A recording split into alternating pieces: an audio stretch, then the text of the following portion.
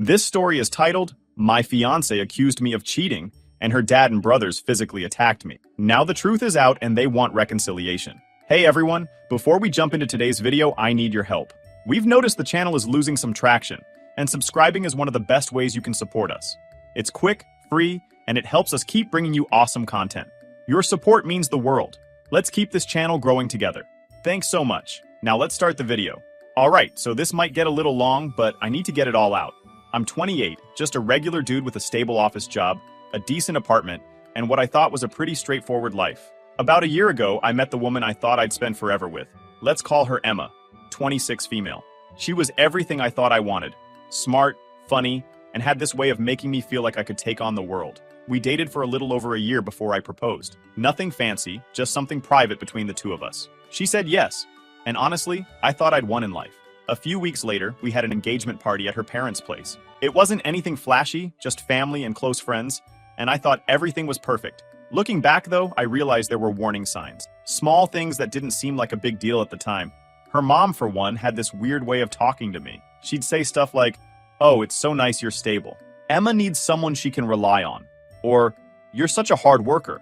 It must be tough not having family connections to lean on." At first, I thought it was just her being awkward, but now I see it for what it was. Judgment. Her dad was a little easier to deal with. He seemed chill on the surface, but it was clear he deferred to her mom on pretty much everything. Then there were her brothers. They were younger than her, and had this overprotective big brother energy that didn't quite make sense given their age. It was like they thought I was stealing their precious sister away. But I didn't let any of it bother me. I loved Emma, and I figured the family stuff would work itself out eventually. I mean, once we were married, they'd have to accept me, right? That's just how these things work. Or at least, that's what I told myself. Fast forward about 8 months into our engagement, and things started to get weird. It wasn't anything huge at first, just little things. Emma started acting more guarded, like she didn't trust me as much. She'd ask questions that felt off. "Who did you have lunch with today?" Or, "Why didn't you text me back during your break?" I chalked it up to wedding stress. People get anxious when planning a big life event, and I thought that's all it was. But then, one random Saturday afternoon, she came into my apartment looking like she'd been rehearsing an argument all day. She had her phone in her hand, and the second she saw me, she said, "We need to talk." Great. The 4 scariest words in any relationship. Forget "I love you" or "will you marry me." This is the one that sends chills down your spine every time. I don't know about you, but those 4 words never mean something good. I put my phone down and said, "All right, what's up?" Instead of answering, she shoved her phone in my face. On the screen were these blurry, low-quality photos of me leaving a restaurant with a woman. I blinked at the screen, trying to figure out if I was supposed to recognize myself in the grainy, Bigfoot-level photos. Honestly, I've seen better resolution on memes. "That's Sarah," I said after a second. "She's a co-worker. We grabbed lunch last week. What about it?" Emma folded her arms and stared at me like I'd just confessed to murder. "What about it?" she repeated sarcastically. "How about the fact that you didn't tell me about it? Or that you're sneaking around with another woman behind my back?" Her words hit me deep. This was Emma, the woman who used to look at me like I was her whole world, now staring at me like I was some stranger she'd caught in a lie. I couldn't understand how we got here. We'd built our relationship on trust, or at least I thought we had. But now she was acting like everything I'd ever said or done didn't matter. I asked, "Sneaking around? Are you serious right now?" "It was just lunch. We talked about work stuff, that's it." But she wasn't hearing me. "Do you think I'm stupid? I've seen this before. You're just like every other guy who says one thing and does another." At this point, I was starting to get frustrated.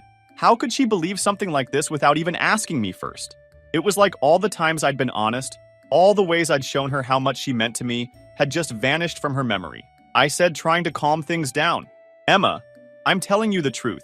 Sarah's a co-worker, and we had lunch to discuss the project we're both working on. If you don't believe me, I can show you the emails we exchanged setting it up." Her expression didn't change. If anything, she looked angrier. "Emails? Oh, so now you're covering your tracks with emails? Unbelievable." I felt like I was in a trash movie.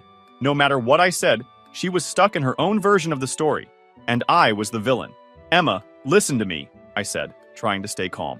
"There's nothing going on between me and Sarah. I love you. I wouldn't cheat on you. Why don't you trust me?"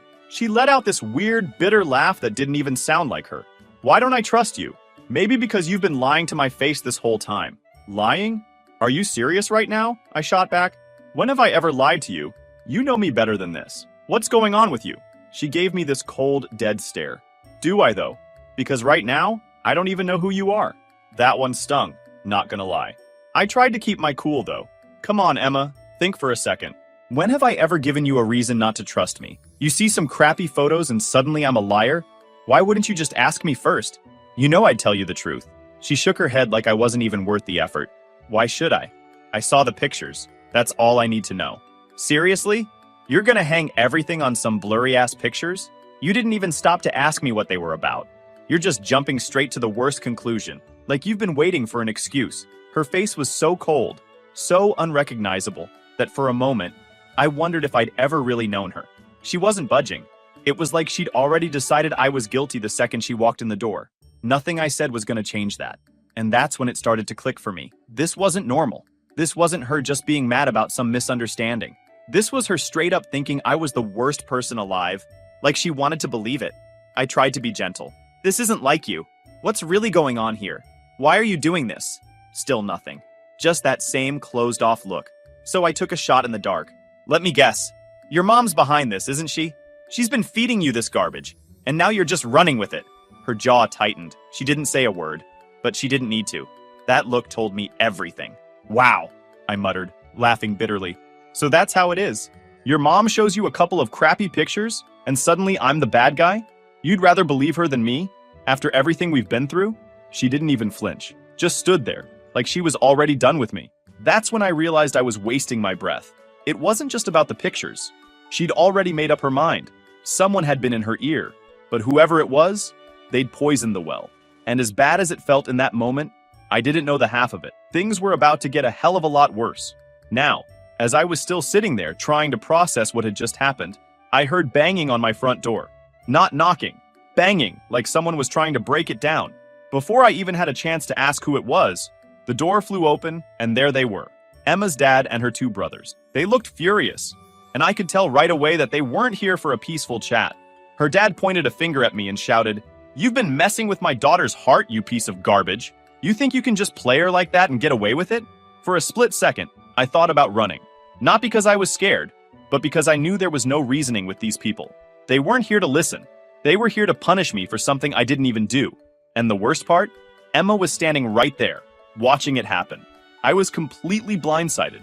"What are you talking about?" I said, trying to keep my voice steady. "This is a huge misunderstanding. I didn't cheat on Emma. Those photos are nothing. They're not what you think." One of her brothers stepped forward, cracking his knuckles like he'd been waiting for this moment.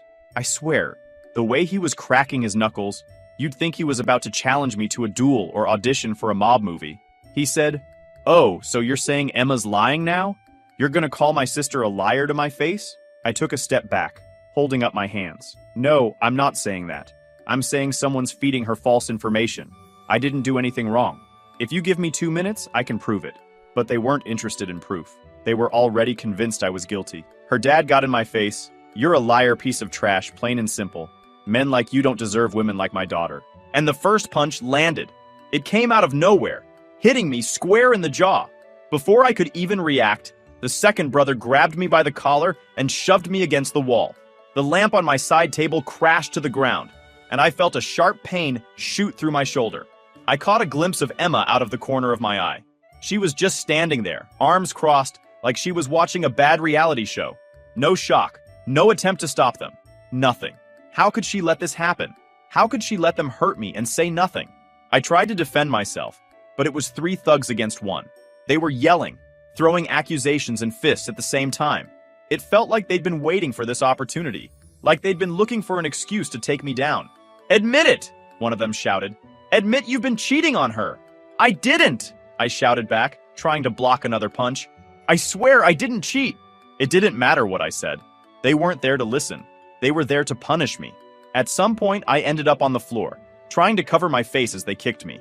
My ribs felt like they were on fire, and my head was spinning. Lying there, I stopped trying to fight back. What was the point? They didn't want the truth. They wanted someone to blame. And as much as I wanted to get up and defend myself, the betrayal of seeing Emma just stand there hurt more than any of the punches they threw. And then, just as suddenly as it started, it stopped. Her dad stood over me, breathing heavily, while one of the brothers pulled him back. "That's enough," he said. Let's get out of here before we really hurt him. As they walked toward the door, her dad looked back at me. If I see you near my daughter again, I won't hold back next time. Consider this a warning. Emma was standing in the doorway looking at me. She didn't look upset or worried. She looked cold, detached, like she didn't care that I was lying there, bruised and bleeding. The engagement off, she said. You're lucky they didn't break your bones. And just like that, they were gone. I lay there for a while, trying to catch my breath and process what had just happened. My living room was a mess. Furniture overturned, a broken lamp, blood on the carpet. I tried to get up, but my body felt like it had been hit by a truck. Eventually, I managed to crawl to my phone and call a friend to take me to the hospital. The doctor patched me up, some bruised ribs, a split lip, and a mild concussion. He asked me what happened, and when I told him, he just shook his head. You should report this, he said. People like that don't stop unless they face consequences. I didn't know what to do. Every part of me was boiling. My fists clenched so hard my nails dug into my palms. I wanted to show up at their house and make them feel even a fraction of what they'd put me through. But I forced myself to stay in control, even though the anger was burning through me like fire. Forgetting about it? Letting it go? No way. I'd been pushed around, falsely accused, and treated like I didn't matter for too long. They weren't getting away with this. Not this time. By the time I left the hospital, I had made up my mind. I wasn't going to let them walk all over me. This wasn't just about the fight. It was about respect, about standing up for myself. The next day, I called a lawyer friend and told him everything. He listened carefully, then said, "You need to file a police report, and you need to do it now. The longer you wait, the harder it'll be to prove what they did to you." So I did. I went to the police station, filed the report, and let them take photos of my injuries. The officers were sympathetic, nodding as I explained what had happened. They assured me they'd investigate, but they also warned me that cases like this could take time. I should have felt some sense of relief, but I didn't. I just felt empty. The woman I thought I was going to spend my life with had not only believed a lie about me, but had let her family assault me over it. I didn't know how things would play out, but I knew one thing for sure. I wasn't going to back down. They thought they could scare me into silence, but they were wrong. This was just the beginning. About a week later, I got this random call. The number wasn't saved in my phone. On the other end was her uncle. Let's call him Uncle Joe. I barely knew the guy. I'd met him maybe twice at family events, and both times he seemed like the quiet type who stayed out of drama. So when he said, "We need to talk," I was like, okay? We set up a meeting at this diner off the highway. Real middle-of-nowhere vibes. When I got there, he was already sitting in a booth. I slid into the seat across from him, and before I could even say hi, he leaned in and whispered, "You deserve to know the truth." Now, when someone says something like that, you know it's about to get wild. I just nodded and let him talk. Turns out this whole mess wasn't some misunderstanding or a heat-of-the-moment thing. Nope, it was a damn setup. Because why settle for regular family drama when you can crank it up to supervillain levels, right? Her mom never liked you, Uncle Joe said, glancing around like someone might be eavesdropping. She's been trying to break you two up for months. She wants Emma to marry this other guy. Family friend, lots of money, big connections.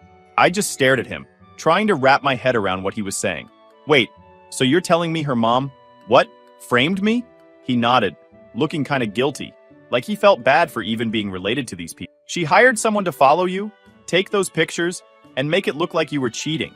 Then she started spreading rumors, telling Emma you had a double life or some nonsense. You've got to be kidding me, I said, leaning back in the booth. And Emma just bought it? No questions asked? He said that her mom's persuasive, and Emma's always been kinda, let's just say, easy to influence. At this point, I was pissed. Like beyond pissed. It wasn't just that they'd ruined my relationship. They'd trashed my reputation, wrecked my apartment, and left me with actual bruises. Do you have proof of any of this? I asked, trying to keep my voice steady. Uncle Joe nodded and pulled out a USB drive, sliding it across the table. Texts, emails, all of it.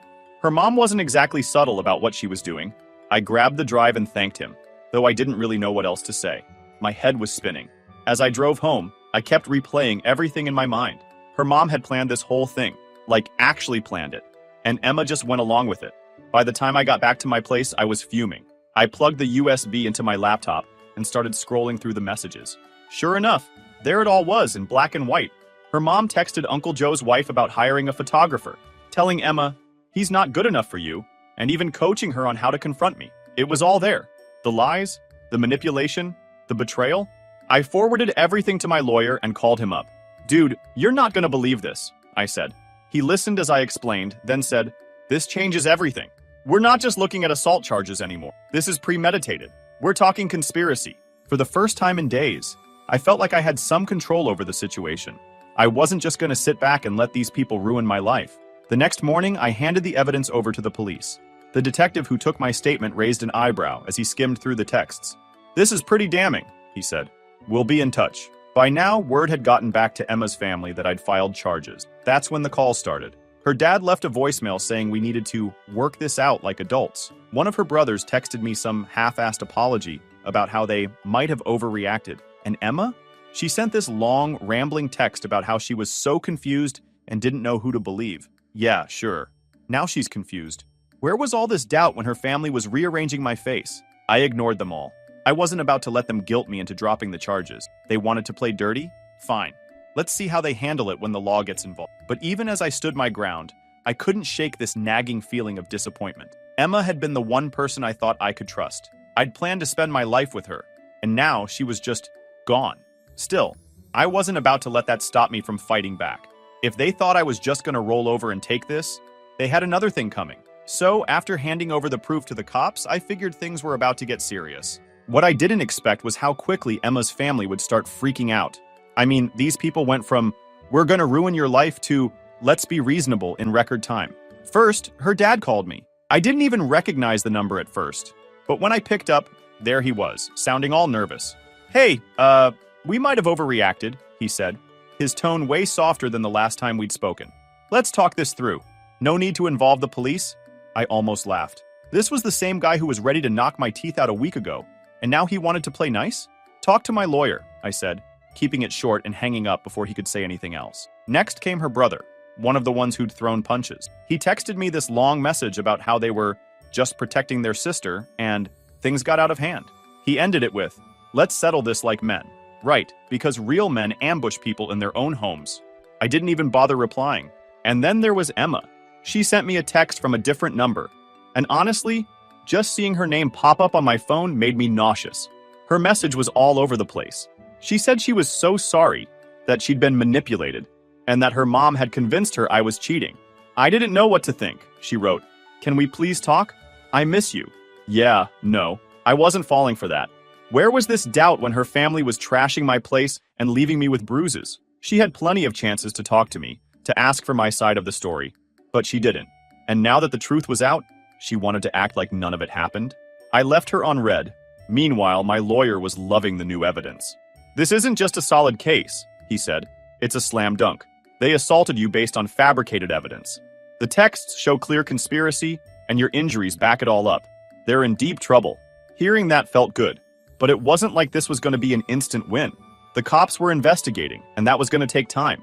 Still, knowing the law was on my side made it easier to deal with the constant calls and texts from Emma's family. A couple of days later, the first big development hit. My lawyer called to let me know the police had issued warrants for her dad, her brothers, and her mom.